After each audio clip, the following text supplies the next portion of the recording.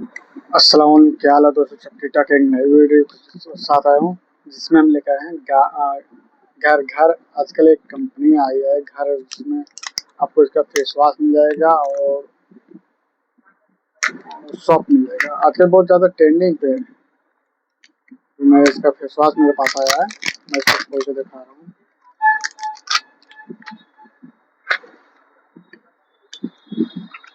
ये रहा एक घर कंपनी का फेस वॉश है, बहुत ज़्यादा ट्रेंड पे है। क्वालिटी का भी शायद अच्छा आता है। अभी इसको मैं चेक नहीं कर, जिस दिन चेक करूँगा उसके बारे में बताऊँगा क्या क्या इसमें ये कर जाता है।